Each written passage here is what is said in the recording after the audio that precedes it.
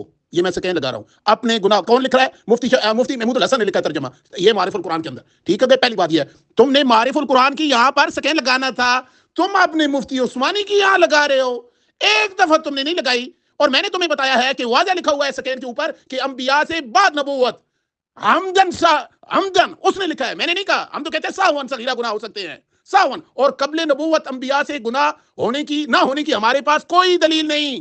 یہ ہے شرح العقائد. تم ڈائلاگ پا رہے ہو، شرح العقائد دکھائیے. کس نے دکھائی ہے؟ جھوٹ بولنے سے کام نہیں چلے گا مولوی، جھوٹ بولنے سے کام نہیں چلے گا. دوسری تم نے جھوٹ یہ بولا ہے، تمہارا مولوی تقی اپنا شفیع عثمانی کہتا ہے کہ یہ جو تفسیر ہے معارف القرآن میں نے اوپر لگایا ہے کہ انبیاء سے قبل نبوت، اول تو حضرت آدم سے گناہ نبوت سے پہلے ہوا ہے، اور بعد اہل سنت کے نزدیک یہ عصمت کے خلاف نہیں ہے. تم کہتے ہو یہ تو گستاخی ہے. وہ کہتا ہے یہ بھی اہل سنت ہے جو کہتے ہیں پہلے گناہ ہو سکتا ہے. اب لعنت بھیج لعنت مفتی شفیع پر، بھیج لعنت. کیوں نہیں بھیجتا؟ شرح العقائد کی عبارت کیوں نہیں لگاتا؟ نبراس کی لگائیے، بھاگ گیا تو. تیرے پاس یہ عقیدہ ہے ہی نہیں، تو جھوٹ بول رہا ہے. پورے دیوبندیوں کا عقیدہ شیعوں کا ہے. یہ شیعہ کہتے ہیں انبیاء سے نہ پہلے گناہ ہو سکتا ہے نہ بعد کوئی گناہ ہو سکتا ہے، نہ سہون نہ حمدن. 6 شرطیں ہیں. تم الٹے لٹک جاؤ. مفتی رشید یہ ثابت نہیں کر سکتے، ڈینگے مارو گے، بہانے کرو گے دیوبندیوں کا نہیں. اہل سنت کی کتاب دکھاؤ. اہل سنت کی عقیدے کی کتاب کے اندر لکھا ہے جو یہ کہ شیعہ کہتے ہیں نبوت سے پہلے اور نبوت کے بعد انبیاء سے کسی قسم کا گناہ نہیں ہو سکتا. یہ شیعوں کا عقیدہ ہے یا معتزلوں کا عقیدہ ہوتا ہے. اور تو کہہ رہا ہے کہ یہ میرا ایک ابھی کمنٹ رہتا ہے وائس. ذرا ٹھہر کر تیرا علاج کرتا ہوں، اس کے بعد بھاگنا. کہتے ہیں جو یہ کہے انبیاء سے نبوت سے پہلے اور نبوت تم نے زیادہ کر یہ لو یہ سیدنا ابو ذر صحابی رسول اور کتاب 1400 اناف نے لکھی ہے سیدنا ابو ذر رضی اللہ تعالیٰ عنہ کہتے ہیں جو یہ کہے انبیاء سے نبوت سے پہلے اور نبوت کے بعد کسی قسم کا کوئی گناہ نہیں ہوا اس کی تکفیر کی وہ کافر ہے تمہیں حضرت ابو ذر کافر کہہ رہے ہیں تمہاری کتاب میں نہیں کہہ رہا تم کافر ہو تم مولانا مودودی کو بھونکتے ہو خود کافر ہو تم خود کافر ہو اور یہ تمہاری کتاب کے اندر لکھا ہوا ہے تمہاری کتاب کے اندر یہ لکھا ہوا ہے کہ جو یہ کہے انبیاء سے نبوت سے پہلے اور نبوت کے بعد کسی قسم کا کوئی گناہ نہیں ہو سکتا اس کی تکفیر کی جائے گی اور کیوں اس نے قرآن کی نص کا انکار کیا نصوص کا قرآن سے ثابت انبیاء سے گناہ ہوا ہے اور تو نے یہ ساری بات تو پی گیا اور اب تمہاری ہوائیں اڑ رہی ہیں اور کتاب کو اپنی لگا کے کہتا ہے کہ میں نے شرح العقائد لگائی ہے کذاب کتاب لگا ادھر کس نے کدھر لگائی ہے شرح العقائد میں نے تمہیں دیا وہ فارورڈ کر رہے ہیں اس کے اوپر پڑھ تو لیتے صفحہ نمبر ہے 448 اس کا ترجمہ کیا ہے مولوی ظہور حق دیوبندی نے اور واضح لکھا ہے ان ينبؤ علیہ فینتهوا عن هذا كله بعد الوحی واما قبله فلا دلیل على امتناع صدور الکبیرہ نیچے واضح لکھا ہے یہ ساری بات وہی سے بات کی ہے بہرحال وہی سے پہلے کبیرہ کے صدور کے ممتنع ہونے پر کوئی دلیل نہیں اس اگلے صفحے پر وہ لکھتا ہے مزید علامت تفتزانی جو بندیوں کی عقیدے کی کتاب کے اندر لکھا ہوا ہے وَإِذَا تَقَرَّرَ هَذَا فَمَا نُكِرَ عَلَى الْأَنْبِيَاءِ عَلَيْهِمُ السَّلَامُ مِمَّا يُشِيرُ اس کی آخری لائن میں ترجمہ پڑھ دیتا ہوں اس کے اندر بالکل واضح لکھا ہے کہ حضرت آدم علیہ السلام کا گناہ نبوت سے پہلے کی طرف موڑا جائے گا انبیاء سے نبوت سے پہلے گناہ ہو سکتے ہیں یہ میرا باب ہوا ختم لوگ فیصلہ کر لیں گے کون اس پہ سچ ہے یہ عقیدہ جو بندیوں کا شیعوں کا ہے رافضی ہے عصمت انبیاء کے بارے میں حضرت ابو ذر جو ان کی کتاب معتبر کتاب فتاوی ہندیہ کے اندر لکھا ہوا ہے کہ جو یہ کہے انبیاء سے قبل نبوت بعد نبوت کسی قسم کا کوئی گناہ نہیں ہو سکتا اس کی تکفیر کی جائے گی وہ کافر ہے اس کی تکفیر کی جائے گی اور یہ اس حساب سے کافر بنتے ہیں میں نہیں کہہ رہا حضرت ابو ذر صحابی رسول ان کو کافر کہہ رہے ہیں ان کی کتاب میں لکھا ہوا ہے تو اس میں فتویٰ ان پر لگتا ہے اور کتاب یہ پی گیا اس نے شرح العقائد لگائی نہیں مفتی عثمانی کے فتوے لگا رہا ہے کبھی کس کے لگا رہا ہے اس کو جرأت نہیں اپنے عقیدے کی کتاب لگائے ختم ہوا انبیاء کرام عصمت انبیاء دوبارہ آپ نے لکھا کہ ابھی دوبارہ شروع کرتے تو میں نے ایک کلپ کیا نا صحابہ کرام کے بارے میں صحابہ کرام معیار حق ہے اللہ تعالیٰ نے فرمایا مودودی صاحب کہتے ہیں معیار حق نہیں ہے خلافت و ملکیت میں لکھا ہے اب بھی میں نے جو یہ پہلے کلپ کیا ہے نا اس کا جواب دے یہ جو دوسرا کیا ہے یہ میں نے آپ کے لیے وہ تنبیہ کے طور پر کیا ہے اس کو شمار میں یعنی گن تم جھوٹ بول رہے ہو اور قرآن اٹھاؤ اس بات ختم کرتے ہیں قرآن اٹھاؤ سیدنا ابو ذر سے قول ہے جو یہ کہے کہ ہر گناہ کفر ہے اور پھر کہے انبیاء سے گناہ ہوا ہے تو وہ بھی کافر ہے کیونکہ وہ کفر کی نسبت انبیاء کی طرف کر رہا ہے پھر کہتے ہیں جو یہ کہے انبیاء سے کسی قسم کا کوئی گناہ نہیں ہوا نبوت سے پہلے اور نبوت کے بعد اس کی بھی تکفیر کی جائے گی وہ بھی کافر ہے کیوں اس نے نص کا انکار کیا ہے یہ بات ایک جیسی ہے تو قرآن اٹھا کے یہ بات نہیں لکھی ہوئی کہ جو گناہ کا انکار کرے بھائی پہلے ٹائم طے کرو ٹوٹل ٹائم کتنے بجے تک کرنا ہے الرحمن الرحیم میرا دعویٰ ہے کہ مودودی صاحبہ نے شیعوں کی طرفداری میں رافضیوں سے شاباش اور جو مفادات وہ لینے کی خاطر اور لیا بھی ہے میں پیش کر سکتا ہوں کہ جبہ پیش کیا تھا خمینی نے مودودی صاحب کو اس وجہ سے صحابہ کرام کی دشمنی میں انہوں نے کتاب کی خلافت اور مقیم ملکیت اس میں لکھا کہ صحابہ کرام سے خلفائے راشدین سے یہ غلطی ہو گئی ہے حضرت عثمان رضی اللہ تعالیٰ عنہ کے بارے میں انہوں نے لکھا ہے کہ حضرت عثمان رضی اللہ تعالیٰ عنہ نے اپنے اعضاء و اقارب کو اپنے رشتہ داروں کو بیت المال کے مال سے نوازا اتنی بڑی خیانت اتنا بڑا الزام جبکہ اللہ نے فرمایا کہ ومن یغل یأتی بما غل یوم القیامۃ جو بیت المال سے چوری کرے قیامت کے دن اس چوری کے ساتھ اٹھایا جائے گا یہ صحابہ کرام پہ جو الزام لگایا مودودی صاحب اس کا جواب دیجیے باقی خلافت ملکیت میں صحابہ کرام کو یار حق نہیں سمجھتے اس کا جواب دیجیے وعلیکم محمد خان صاحب آپ یہ جو میں آپ سے بات کر رہا ہوں آپ کو جواب دے رہا ہوں امجد کو میں جواب نہیں دے رہا ہوں ایسا نہ ہو کہ وہ اس میں شمار کرے میرے کلپ میں میرا مطلب یہ ہے میں آپ جو شہزاد صاحب سے کہہ رہا ہوں اگر آپ کا عقیدہ معیار حق کا ہے کہ صحابہ کرام معیار حق ہے تو کیوں ہم اسکین پیش کریں تو پھر آگے چلتے اگر ان کا دعویٰ جواب دعویٰ یہ تو پیش کریں کہ صحابہ کرام معیار حق نہیں تھے تو میں اسکین پیش کر سکتا ہوں اسکین کا مطالبہ کیوں کر رہا ہے کیا آپ لوگوں کا یہ عقیدہ نہیں ہے کہ صحابہ کرام معیار حق نہیں تھے صحابہ کرام سے غلطی ہو گئے ہوئی ہے جس طرح کہ عثمان رضی اللہ تعالیٰ یہ آپ کے پاس خلافت الملکیت میں نہیں لکھا ہے کہ عثمان رضی اللہ تعالیٰ عنہ نے ان کو نوازا ہے اپنے عزیز و اقارب کو فرید مفتی فرید تمہیں واسطہ نہیں پڑا گے تم مماتی اور ان کے ساتھ لگے رہتے ہو اب تم نے دعویٰ کیا اور جب تک سیدنا عثمان کا سکین نہیں دکھاؤ گے جو تم نے بہتان لگایا یا مانو گے کہ میں نے غلط کیا ہے اس مسئلے پہ بات آگے تب ہوگی ورنہ تمہاری شکست سے جھوٹ کیوں بولا ہے یہ مناظرے کے علاوہ میں نے تمہیں بھیجا ہے 10 دفعہ میں وائس لے کر سکین دو میارے حق اگلے ٹرم میں ہوگا تم پہلے کیوں کیے دعویٰ کیوں کیا تم نے ایک مولانا مودودی پر الزام لگایا ہے بہتان لگایا ہے یہ عبارت تم عبدالشکور لکھنوی نے لکھی ہے کہ سیدنا عثمان نے رشتہ داروں کو دے دیے اور یہ ان کی خوبی تھی لیکن خوبی حد سے بڑھ جائے تو وہ خرابی ہو جاتی ہے اور یہ خرابی ہوئی ہے ان سے تم جو بات ہے آپ نے جو بندیوں کی مولانا مودودی پر ٹھوس رہے ہو اب جب سکین مانگے تو بھاگ رہے ہو آگے بات تب ہوگی 5 وائس کلپ پورے ہوں گے اس پر جو اسکین بھیجا اس کے آخر میں کیا لکھا ہے آخر صفحہ پڑھ لے عثمان رضی اللہ تعالیٰ عنہ کے متعلق جو آخر میں لکھا ہے وہ پڑھ لے لوگوں کو دکھائے کہ یہ انہوں نے صحیح لکھا ہے حضرت عثمان رضی اللہ تعالیٰ عنہ پہ اتنا بڑا الزام کیوں لگایا اگر آپ نہیں پڑھتے تو میں پڑھتا ہوں تو لکھا ہے شہزاد صاحب انہوں نے لکھا کہ عثمان رضی اللہ تعالیٰ عنہ نے جب خلیفہ بنے تو اپنے رشتہ داروں کو فائدہ پہنچایا خلافت سے فائدہ پہنچایا، یہ لکھا ہے یعنی آخر میں یہ عثمان رضی اللہ تعالیٰ عنہ پر بڑا الزام. یعنی تمہارے پاس سکین نہیں تھا، تم نے جھوٹ بولا تھا، سکین میں نے لگایا ہے. اس کے اوپر بالکل واضح لکھا ہوا ہے کہ سیدنا عثمان سے کو یہ جو فعل تھا شرعن بالکل درست تھا، شرعن غلط نہیں تھا. اب سن جا، آرام سے سن ادھر. تو نے جھوٹ بولا ہے، بکواس کی ہے تم نے، تمہارے پاس کتاب نہیں تھی اور تم نے مولویوں کی باتیں سن کر ادھر جناب تم شروع کر دی ہے. یہی تم لوگوں کا طریقہ ہے واردات ہے. جب کتاب نہیں تھی تو کرتے کیوں ہوئے؟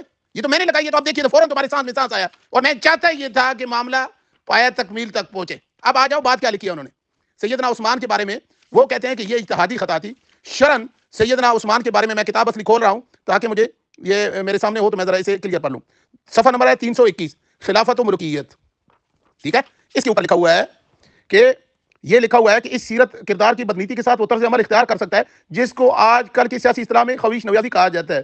دراصل اس کے طرز عمل کی بنیاد ہی تھی جو انہوں نے خود بیان فرمائی ہے. وہ اسے صلہ رحمی کا تقاضا سمجھتے تھے. ان کا خیال یہ تھا کہ قرآن و سنت میں جس صلہ رحمی کا ذکر حکم دیا جائے اس کا تقاضا اسی طرح پورا ہو سکتا ہے کہ اپنے رشتہ داروں کے ساتھ جو بھلائی کرتا بھی ہے، اب جو بھلائی کرنا بھی آدمی کے اختیار میں ہو وہ اسے دریز کرے. یہ نیت کی غلطی نہیں بلکہ رائے کی غلطی یا دیگر اجتہادی غلطی تھی. نیت کی غلطی وہ اس وقت ہوتی جب وہ اس کام کو ناجائز جانتے. شروع میں لکھا ہوا ہے اوپر، اس کے متعلق میرے وہم و گمان شبہ نہیں تھا کہ معاذ اللہ وہ کسی بدنیتی پر مبنی تھے. ایمان لانے کے بعد ان کی شہادت تک ان کی پوری زندگی اس بات کی گواہی دیتی ہے وہ رسول اللہ کے مختصر ترین بندے تھے. آخر میں کہتے ہیں رشتہ داروں میں تقسیم کر دی، خود اپنی اولاد کو اس کے برابر رکھا. ان کی جتنی تعریف کی جائے وہ کم ہے. صلح رحمی کا کوئی حکم خلافت کے عہدے سے تعلق نہ رکھتا تھا. خلیفہ ہونے کی حیثیت سے بھی اسے اقرا و فائدہ پہنچایا. یہ تو وہ تعریف کر رہے ہیں، انہوں نے شریعت کے مطابق کام کیا ہے. جبکہ مفتی شفیع کہتا ہے یہ انہوں سب نے یہ لکھا ہے. وہ تو کہہ رہے ہیں یہ بالکل ٹھیک تھا اور اگر ہوا بھی ہے تو اجتہادی خطا ہے. اجتہادی خطا پہ سیدنا عثمان کو ایک اجر ملا ہے اور یہ گستاخی کیسے ہو گئی یہ بتا. ایجان میں نے دکھایا نا جو آپ نے اسکین لگایا ہے اس کے آخر میں لکھا ہے. اگر آخر میں نہ لکھا ہو یہ نیچے دیکھ لینا صاحب، آپ کو نظر نہیں آ رہا ہے؟ یہ جو دوبارہ میں نے اسکین آپ کو بھیج دی جو آخر میں دوسرے پیراگراف میں لکھا ہے کہ عثمان رضی اللہ تعالیٰ عنہ نے خلیفہ بننے کے بعد جو صلہ رحمی کا جو لوگوں کو نفع پہنچایا ہے یہ اس کام کو جائز نہیں کہہ سکتے. یہ لکھا یا نہیں لکھا دیکھ لو نا اور کلپ کرو، وائس کرو.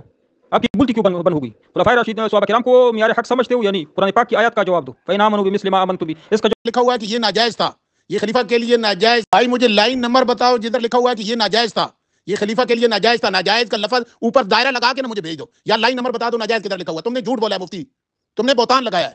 ٹھیک ہے، تم نے بہتان لگایا ہے. اور دوسری بات یہ ہے یہاں لکھا ہوا اجتہادی خطا، تو نے ہائی لائٹ کر کے دی ہے. کیا کسی صحابی کی طرف اجتہادی خطا کی نسبت کرنا گستاخی ہے؟ اس کا جواب دینا مجھے.